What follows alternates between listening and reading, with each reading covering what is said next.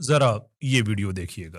نہیں، اسلام تو حدیث کا نام ہی نہیں ہے، اسلام تو نام ہے قرآن و سنت کا۔ حدیث تو رسالت مآب صلی اللہ علیہ وسلم کی نسبت سے لوگوں نے اپنے انیشیٹو پر کچھ باتیں بیان کی ہیں۔ اسلام حدیث کی تشریح کے بغیر مکمل نہیں ہوتا۔ کوئی ایک مثال بتائیں جو حدیث کے بغیر مکمل نہیں ہوتا۔ مطلب نماز پڑھنے والی بات، نماز تو میں نے حدیث سے کبھی لی نہیں، نماز تو اجماع اور تواتر سے۔ طریقہ اس کا طریقہ بھی آپ نے طریقہ جو ہے مسجد میں جا کر سیکھا ہے، حدیث کی کتاب پڑھ کے سیکھا ہے؟ میں نے تو اپنے والدین سے سیکھا۔ تو والدین نے کہاں سے سیکھا؟ حدیث پڑھ کے سیکھا ہے۔ والدین نے اجماع سے سیکھا۔ اجماع اور تواتر پریکٹیکل کنسنسس ہوتا ہے، اس میں کوئی چیز روایت میں نہیں ہوتی، لکھی ہوئی چیز نہیں ہے۔ السلام علیکم، میں ہوں کیسر احمد راجہ، امید ہے آپ کی طبیعت بالکل ٹھیک ہوگی۔ آج دوسری قسط ہے ہماری حسن الیاس صاحب پہ، جو انہوں نے پاکستان میں ابھی ریسنٹلی آئے تھے، اور وہی نظریات جو غامدی صاحب بہت عرصے سے کیری کر رہے ہیں، ان کو وہ زیادہ اس وقت شد و مت کے ساتھ انہیں پروموٹ کرنے کی کوشش کر رہے ہیں، جو کہ ان کا حق ہے، بالکل ان کا حق ہی نہیں چھینا جا سکتا۔ لیکن اس کے ساتھ ساتھ جو اصلی انفارمیشن ہے، جس کے مقابلے میں یہ ایک فرنج انفارمیشن لے کے آئے ہیں، اس کو لوگوں کے سامنے رکھنا بھی بہت ضروری ہے۔ تو اس میں انہوں نے ایک سوال اٹھایا کہ آپ بتائیے اسلام کی کوئی ایسی چیز جو حدیث کے ذریعے ہم تک پہنچی ہو۔ آپ نے ایک پوچھی ہے، ہم آپ کو کئی بتا دیتے ہیں۔ مثال کے طور پہ پہلا مقدمہ یہ ہے کہ اسلام میں آپ عقائد کو قبول کرتے ہیں یا نہیں کرتے ہیں، یعنی عقائد سے مراد یہ چیزیں کہ جو عمل میں اس وقت نہیں ہیں، آپ کا عقیدہ ہے کہ یہ ہے لیکن آپ اسے پریکٹس میں نہیں دیکھ رہے ہیں۔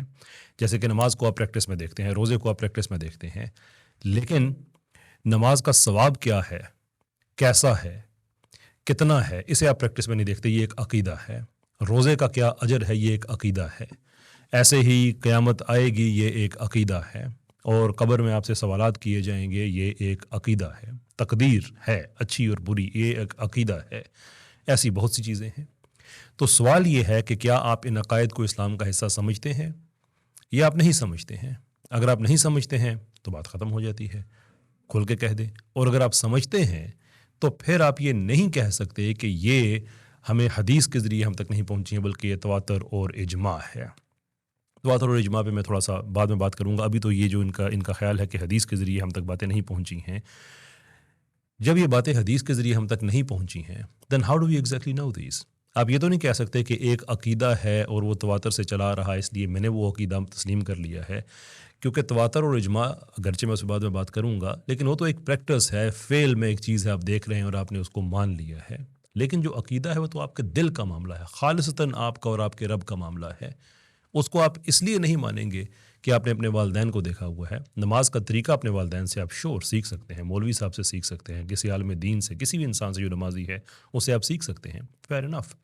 لیکن اس کے ساتھ ساتھ جو میٹا فزیکل ہمارے جو عقائد ہیں وہ تو آپ کہیں بھی نہیں دیکھ سکتے، وہ تو آپ کے اپنے دل میں ہیں، آپ کا ایک ذاتی تجربہ ہے، وہ آپ کا ایک ذاتی مشاہدہ ہے۔ وہ اس لیے یہ کہہ دینا کہ اس کا حدیث سے کوئی تعلق نہیں ہے، یہ سراسر ایک غلط سوچ ہے، غلط خیال ہے۔ دوسری بات یہ کہ ٹھیک ہے، بہت ہم اگر ٹیکنیکلٹی میں جائیں تو ہم جو سنت قولی ہے اور جو حدیث ہے اس میں ایک فرق دیکھ سکتے ہیں کہ جو سنت ہے اس میں سنت فعلی ہے، سنت قولی ہے، یا وہ چیزیں ہیں جو کہ نبی پاک صلی اللہ علیہ وسلم نے دیکھیں یا ان تک پہنچائی گئیں کہ فلاں نے ایسا کیا اور انہوں نے اس پہ کو اپروو کر دیا، تو ٹھیک ہے، یہ ساری باتیں ہم مانتے ہیں۔ لیکن ان کا ریکارڈ کہاں پہ ملے گا؟ ان کا ریکارڈ آپ کو حدیث میں ملے گا کہ حدیث کی صورت میں یہ ساری کی ساری باتیں ریکارڈ ہوئی ہیں۔ اگر آپ یہ نہیں مانیں گے کہ حدیث کی صورت میں ریکارڈ ہوئی ہیں تو پھر آپ تاریخ کا انکار کریں گے۔ اور غامدی صاحب غامدی صاحب، یہ اپنے حسن الیاس صاحب، یہ تاریخ کا بہت زیادہ ذکر کرتے ہیں، جگہ جگہ اگزامپل دیتے ہیں کہ یہ تاریخ کا بائی پروڈکٹ ہے، یہ تاریخ کا یہ ہے، وہ تاریخ کا وہ ہے۔ تو حدیث کو کوئی بھی آدمی جو ایون غیر مسلم ہے، اگر وہ حدیث کا مطالعہ کرے گا تو وہ ایک تاریخی ڈاکومنٹ کا یا سیٹ آف ڈاکومنٹس کا مطالعہ کر رہا ہے، جس کے پیچھے پورا کا پورا ایک سائنٹیفک فلٹریشن سسٹم ہے، جسے علم حدیث کہا جاتا ہے، جس کے اندر بڑے بڑے چیپٹرز ہیں، جرح و تعدیل کا ہے، اسماء رجال اینڈ سو فورتھ، کہ اس کو بڑے طریقے کے ساتھ پیوریفائی کیا جاتا ہے اور پھر بھی اس کو اوپن چھوڑ دیا جاتا ہے کہ اسی اصول، یعنی کہ اصول حدیث جو علم ہے، اس کو اپلائی کر کے آپ کسی محدث کو غلط ثابت کر سکتے ہیں۔ شور وہ اسی لیے کہ یہ ڈاکومنٹ میں موجود ہے، یہ ڈاکومنٹ میں موجود ہے، یہ چیز ذہن میں رکھیں۔ تو یہ کہہ دینا کہ نہیں یہ تو بس سنت ہے اور اس کے علاوہ کوئی، بھائی سنت ہے آپ تک کیسے پہنچی؟ بالخصوص یہ جو عقائد ہیں یہ آپ تک کیسے پہنچے؟ نمبر ایک یہ۔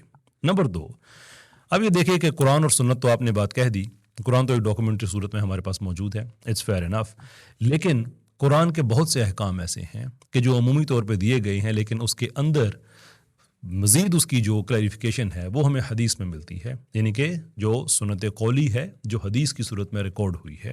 جیسے مثال کے طور پہ قرآن بڑا واضح ہے اس بات پہ کہ جو وراثت ہے اس کی جو تقسیم ہے وہ اس طرح سے ہے کہ ایک بچے کو، جو میل بچہ ہے، لڑکا ہے، اس کو 2 لڑکیوں کے برابر دیا جائے. اس کے اوپر پورا ایک مقدمہ ہے جو اسلام بڑے اچھی طریقے سے سمجھاتا ہے کہ اس کی کیا وجہ ہے. وہ میرا موضوع نہیں ہے اس وقت، میں اس پہ نہیں جا رہا، لیکن کم سے کم یہ آیت یہ تو واضح ہے کہ ایک بچہ 2 بچیاں اس کے برابر ملے گا. لیکن ساتھ ساتھ ہمیں یہ بھی پتہ ہے کہ حدیث یہ کہتی ہے کہ جو قاتل ہے اس کے لیے وراثت میں کوئی حصہ نہیں. یہ مفہوم ہے اس حدیث کا. تو قرآن کے مطابق تو یہ ہے کہ جو لڑکا ہے آپ اس کو 2 لڑکیوں کے مطابق حصہ دے دیں، لیکن حدیث ہمیں یہ کہتی ہے کہ اگر کسی نے اپنے باپ کو قتل کر دیا ہے تو اسے وراثت میں سے کچھ نہیں ملے گا. اب وہ لڑکا ہے، اس نے قتل کر دیا ہے، آف کورس لڑکی بھی ہو سکتی ہے، لیکن اس حساب سے بھی تو اس کو وراثت میں نہیں مل رہا. تو اب 2 باتیں ہیں کہ آئدر اس سنت قولی کو آپ ریجیکٹ کر دیں یا مان لیں. اگر آپ مان لیتے ہیں تو آپ وہ جو حدیث کی صورت میں جو اس کی حفاظت ہوئی ہے آپ اسی کو ہی مانیں گے، یا آپ کہہ دیں گے کہ ہم اس کو سرے سے مانتے ہی نہیں ہیں. پھر وہ کون سی ایسی سنت ہے جسے آپ کہتے ہیں کہ وہ تواتر اور اجماع صرف اس کے ذریعے ہم تک پہنچی ہے، حالانکہ جو تواتر اور اجماع ہے اس کے پیچھے بھی ایک فاؤنڈیشن ہوتی ہے. اگین میں اس طرف آتا ہوں، میں ایک ایگزامپل اور میں دینا چاہوں گا یہاں پہ. قرآن یہ کہتا ہے کہ سود حرام ہے، تجارت کو حلال کر دیا گیا ہے، لیکن حدیث اس کی فردر کلیریفیکیشن دیتی ہے اور یہ بتاتی ہے کہ تجارت ساری کی ساری حلال نہیں ہے. جیسے مثال کے طور پہ بتوں کی تجارت ہے، وہ اسلام میں حرام ہے. اب یہ ایک سنت قولی ہے جو کہ ہمیں حدیث کی صورت میں ملتی ہے. اب 2 ہی باتیں ہیں، آئدر آپ یہ کہہ دیں کہ جناب ایسی تو کوئی سرے سے بات ہے ہی نہیں، آپ بتوں کی تجارت بھی آپ شروع کر دیں، آپ اسے جائز قرار دے دیں، یا پھر آپ یہ مان لیں کہ حدیث کے بغیر اسلام واقعی پورا نہیں ہے، کہ وہ جو ریکارڈ ہے، وہ جو ڈاکومنٹری ہے. ویسے تو عام ایوری ڈے لینگویج میں سنت جو قولی ہے اور جو حدیث ہے اس کو ایک ہی گنا جاتا ہے، لیکن اگر آپ واقعی اس کو ڈائسیکٹ کرنا چاہ رہے ہیں واقعی، تو پھر بھی آپ انکار نہیں کر سکتے اس چیز کا کہ حدیث ہی وہ ڈاکومنٹری چین ہے جس کے ذریعے وہ سنت، وہ قول آپ تک پہنچا ہے. ادروائز آپ کو یہ سارا انکار کر کے، میرے سے 2 ایگزامپلس دی ہیں، اور بھی کئی ایسی ایگزامپلس ہیں جہاں پہ حدیث آپ کو مزید کلیریفیکیشن اس چیز کی دیتی ہے. اب آتے ہیں تواتر اور اجماع پہ. دس از ریئلی ایکسٹراڈنری. اس کی میں نے بہت سوچا کہ میں کوئی چیز مس کر رہا ہوں یہاں پہ جو مجھے سمجھ نہیں آ رہی ہے. میں بھی واقعی کو مس کر رہا ہوں، لیکن میرا یہ خیال ہے کہ جو یہ غامدین کیمپ ہے یہ ایک چیز مس کر رہا ہے یہاں پہ، اور وہ یہ ہے کہ جس اصول کے اوپر وہ کھڑے ہوئے ہیں اسی اصول کو اپنے خلاف استعمال کر رہے ہیں لاشعوری طور پہ. میں کہنا یہ چاہ رہا ہوں کہ اگر آپ یہ کہتے ہیں کہ صرف اجماع اور تواتر کے ساتھ دیکھا جائے گا، تو پھر یہ جو آپ کہتے ہیں پچھلے 100 سال سے ہم نے ایک نئی سوچ ڈیولپ کی ہے، یہ کس کے خلاف کی ہے؟ اجماع اور تواتر کے خلاف. کیونکہ اگر یہ اس کے مطابق ہوتی تو یہ نئی نہ ہوتی. یہ جو آپ کہتے ہیں فراہی سوچ، اگرچہ یہ بات بھی بالکل واضح ہے کہ فراہی سوچ سے آپ کا کوئی تعلق نہیں ہے. جو اس پہ مزید جاننا چاہتے ہیں، عامر حق صاحب کی یوٹیوب چینل پہ آپ جائیے، ان کا میں کوشش کروں گا ڈسکرپشن میں وہ لنک بھی میں لگا دوں کہ آپ دیکھیے کہ جناب کوئی سرے سے تعلق نہیں ہے. انہوں نے بڑی وضاحت کے ساتھ بتایا ہے کہ کس طرح سے فراہی پوزیشن سے ڈپارٹ کیا ہے غامدین پوزیشن نے، اور رستے میں کتنے مراحل آئے ہیں. بڑی تفصیل کے ساتھ انہوں نے یہ بات سمجھائی. لیکن ایک منٹ کے لیے مان لیتے ہیں کہ ٹھیک ہے آپ کا فراہی ہی ہے نہیں، جسٹ فار دی آرگومنٹ سے. تو آپ کہہ رہے ہیں کہ پچھلے 100 سال میں ہم نے یہ کام کیا ہے. اگر پچھلے 100 سال میں آپ نے یہ کام کیا ہے تو اجماع اور تواتر کے تو آپ خود ہی خلاف ہو گئے ہیں.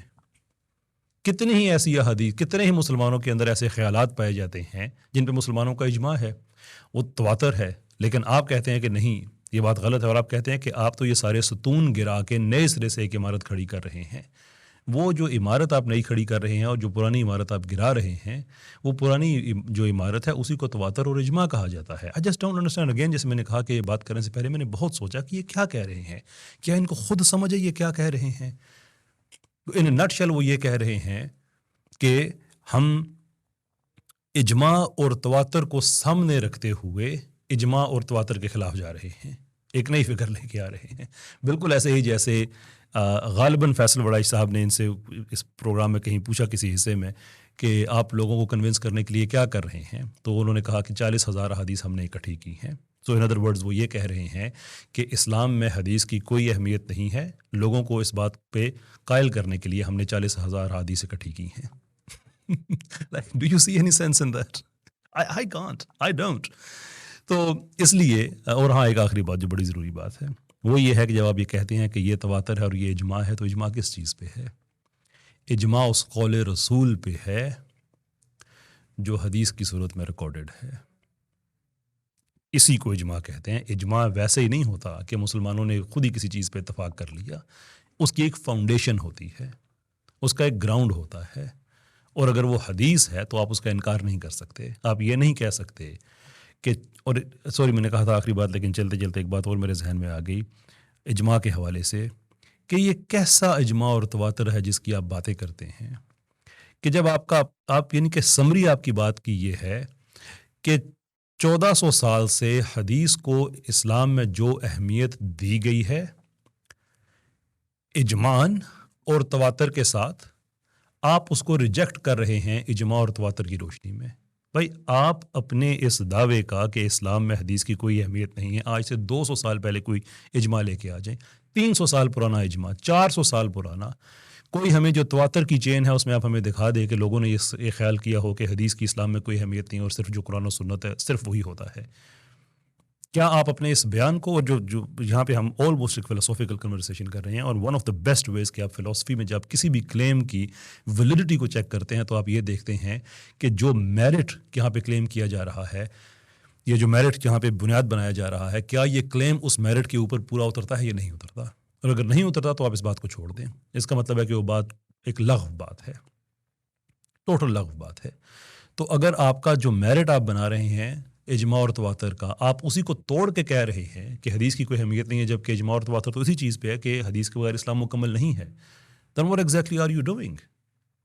نہیں، اگر کوئی ہمارے لیے محترم لوگ ہیں، میں پرسنل نہیں ہونا چاہتا، کوئی بھی ایسا کامنٹ میں نہیں کہنا چاہتا، لیکن بہرحال ان کو یہ چیز ایک احساس ذمہ داری کے ساتھ کہنی چاہیے، اور وہ سمجھنا چاہیے کہ اگر کسی چیز کے بارے میں آپ کنفیوزڈ ہیں تو دوسروں کو اس کنفیوژن کی سزا مت دیجیے، خود سوچئے کہ آپ اسلام کے اسٹیبلشڈ اصولوں کو توڑنے جا رہے ہیں آن دا بیسس کہ آپ اجماع اور تواتر کے حق میں کھڑے ہوئے ہیں، جبکہ اجماع اور تواتر ایگزیکٹلی آپ کے خلاف ہے۔ اینی وے، یہاں پہ سلسلے کو روکتے ہیں، انشاءاللہ جو اس کی تیسری قسط ہے میں کوشش کروں گا کہ وہ اس میں اتنی دیر نہ ہو جتنی پہلی اور دوسری میں آئی، انشاءاللہ آئی ول سی یو ان دیٹ۔ بہت بہت شکریہ آپ کا، السلام علیکم۔